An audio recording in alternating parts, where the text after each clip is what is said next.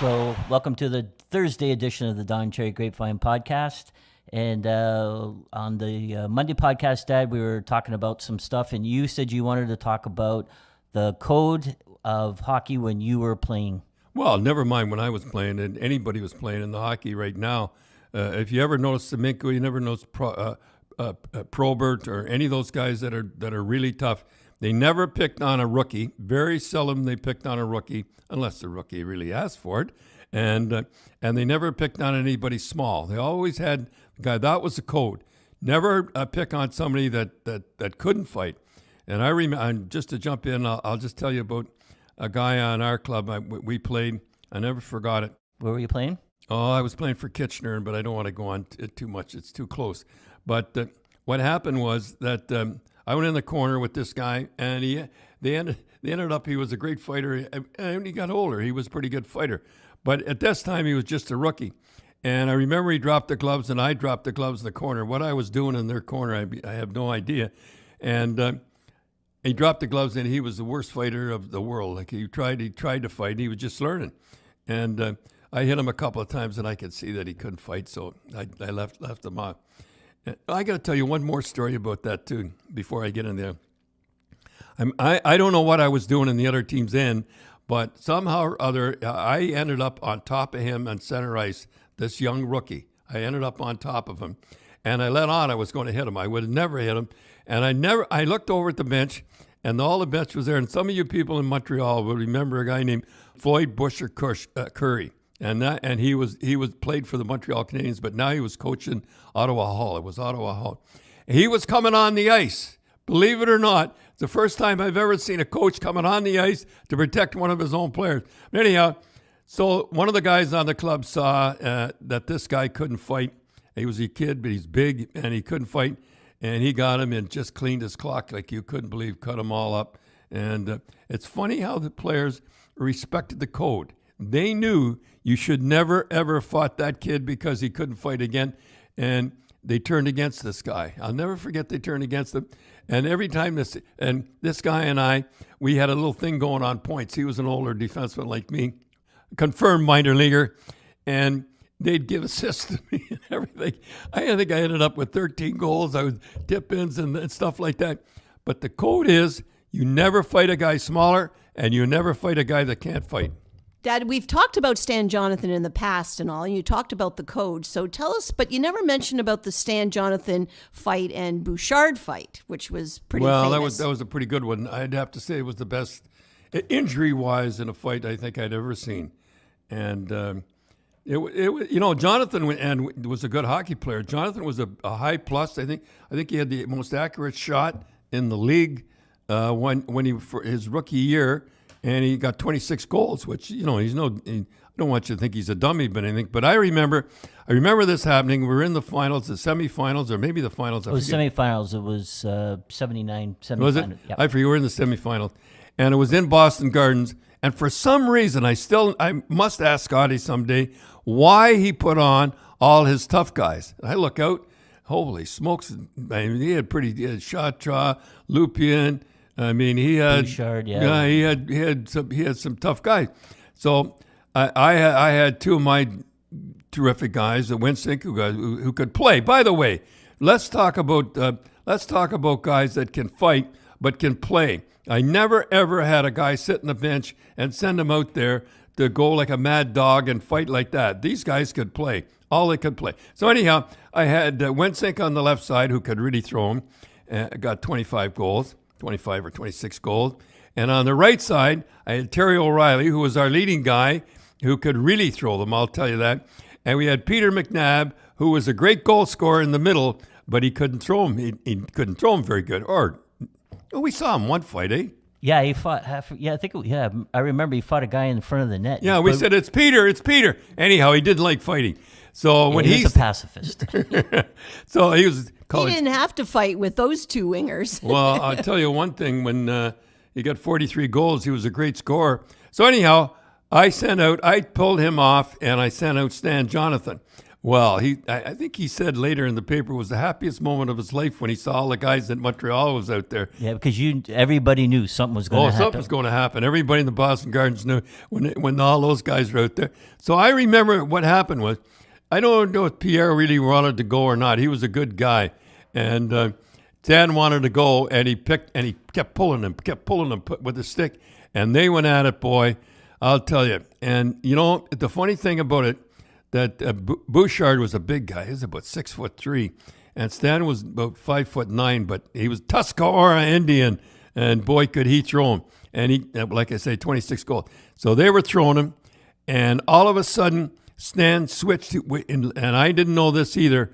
He switched from his right hand, he switched to his left, and he was as good with his left as he was his right, and he hit. I remember he hit Pierre Zonk right in the nose. Down he goes, broken nose. And on the way down, he hit him. And Stan was one of those guys. You know, when you get a guy down, that was another code. He usually left not for Stan. And I remember he drove him about, and there was more blood. I remember John D'Amico, God love him. Blood was pouring. Yeah, he got cut with a stick. When they dropped the stick, he got cut right in the forehead, right between the eyes. Oh, I mean, blood was all over the place. It was a pretty bloody fight. And they switched over, and I think he had a broken nose and teeth and the whole deal. And Stan never had a mark on him, but Pierre was really, really beat up. He was a good guy, and I never forgot. That was the best fight I think I ever saw. And they asked Pierre after the game, do you think he'll ever play in the National Hockey League again? He says, yeah, if I take up the organ.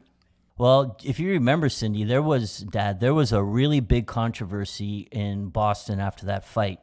And what happened was, all year we watched the Bruins on TV 38, Channel 38, and we used to see the replays of the fights. And so we were used to, waiting for the replay. And when Boston was playing Montreal, Hockey Night in Canada controlled the cameras in the replay. And Ralph Mellenby, who was the guy that hired you, right? The boss. He was the boss, and he hired you for Coach's Corner. He didn't believe in fights and wouldn't show the replay. So we're all at home, and all the Bruins fans are watching the game, and we're waiting for a replay of the fight, and it doesn't come up. And the two Bruins announcers were Fred Cusick and Johnny Pearson. They kept saying, I can't believe we're not seeing a replay of that fight. I can't believe it.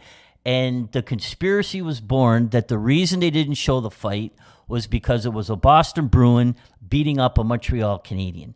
And the fans were going crazy in Boston. It was talk shows, a great talk. It was on the talk shows that how the Hockey Night in Canada is biased against Toronto. And I think you were helping fanning the flames. Oh, I was helping. And they were saying it was biased. And Ralph's going, well, we don't show hockey fights. And the people just, it was really us against them. It was just going. I remember when I was walking through the customs, the guy, and your purpose here. And he said, your purpose here, what is your purpose coming to Quebec? My purpose here is to beat the Montreal Canadiens. Oh, boy, throwing coins. Yeah, didn't you start throwing coins at each other? What happened? Here's what happened. I digress. We're getting to something else here. But what happened was I saw a paper on the floor, and it had a picture of Greg Shepard and his baby. It was a Montreal paper. Don't ask me why. So I picked it up, and he says, and it was a paper just laying on the ground. And the custom guy said, that's my paper, and do not take it. It was going to the garbage. So I took a bunch of change, and I said, here's some change for the paper. I'll pay for the paper. And he hated me so much. Gee, a lot of people hate me. They took the change and fired at me, and I picked up the change, and I fired it back at the customs. And this was the custom guy. It was a customs guy. Oh, boy, they got the manager coming, the whole deal. But anyhow, that was it. So now we're in Montreal. Go ahead. You pick it up. And then, so there was another kind of schmozzle, and Bobby Schmatz and Mario Tremblay squared off, and Tremblay got a lucky shot in and cut Schmatzy. And then tell what happened when.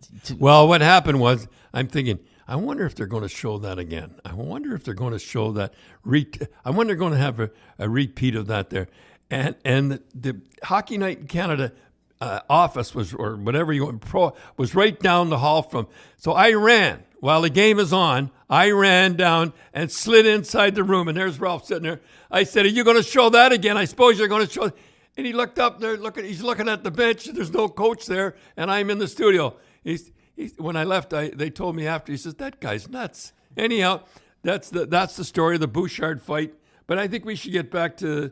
I want to talk about Lou and Gordie Howe again. Yeah, you were saying one of the biggest fights back before the Bouchard fight was a big rivalry was between Gordie Howe and a guy Leapin Lou Fontinato. Oh, he from Guelph, Ontario.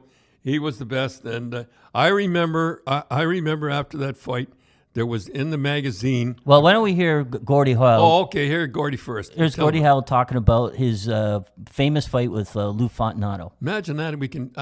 Gordie Howe, what a great hockey player, Mr. Hockey. All right, I remember, well, I don't remember, but I remember seeing pictures of Lou Fontinato. I know you get this brought up all the time. But what happened? How did that get started? That's got to be the best fight ever. And Louis wouldn't think so, but you pick it up from there. Well, I was with Louis here not too long ago, and he asked me if my ribs had healed since the beating I took. And I said, "What side, Louis?" So yeah, your fist healed.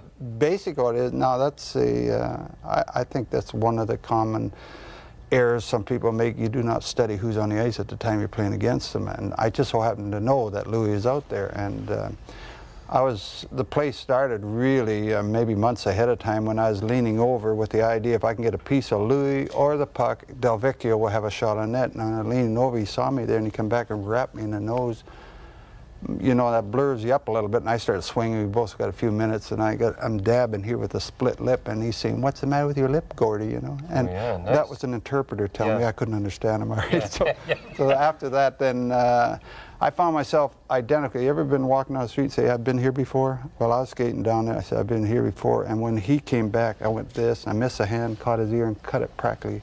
It was hanging. Just happened to cut it in half. Yeah. Now they give you a shot at dawn if you ever did that. That's right. But when he come out with the turban on, and I start, "What's the matter with your ear, Louis?" It was my turn.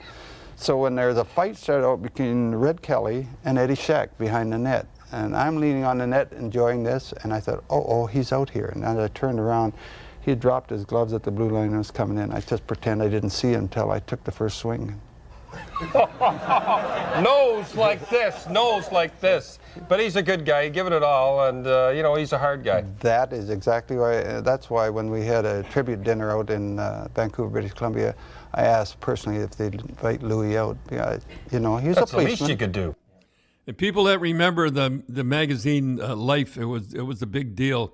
And at the back it had, speaking of pictures, it had to be the whole page, and it showed. It was 3 pages. They did a 3-page story on the fight. And boy, did his nose was over to the side. I mean, you couldn't believe it. That would, when they hear a guy getting hit on the nose, his nose was over in his cheek. It was awful. And Lou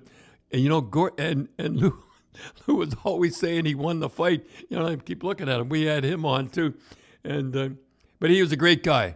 And I remember we were playing in Calgary, Spokane Comets, and we come down the lobby and waiting for the bus, and the little black and white TV there, back of the lobby guy there, and we were watching, and Lou broke his neck. Now, you remember he went to check a guy and he tripped. He's playing for the Montreal Canadiens, and he tripped and fell head first into the boards, and he was in the hospital for 2 weeks. They didn't know whether he was going to live or die. But he was tough. He came back, and he was a great guy. He always was mad about that fight because he thought he won the fight. He's telling everybody he won the fight. Well, we had Lou on the Grapevine Show, and I'm looking for the tape. And when I find it, we'll play his version of the tape, and it's quite different from Gordie's. All I know is he had a broken neck, and Gordie and him were good friends afterwards, like he said. And Lou retired. He had to retire after that. And he had a great farm, and he had, I think it was over 200 acres. And he retired as a farmer and lived a good life after that.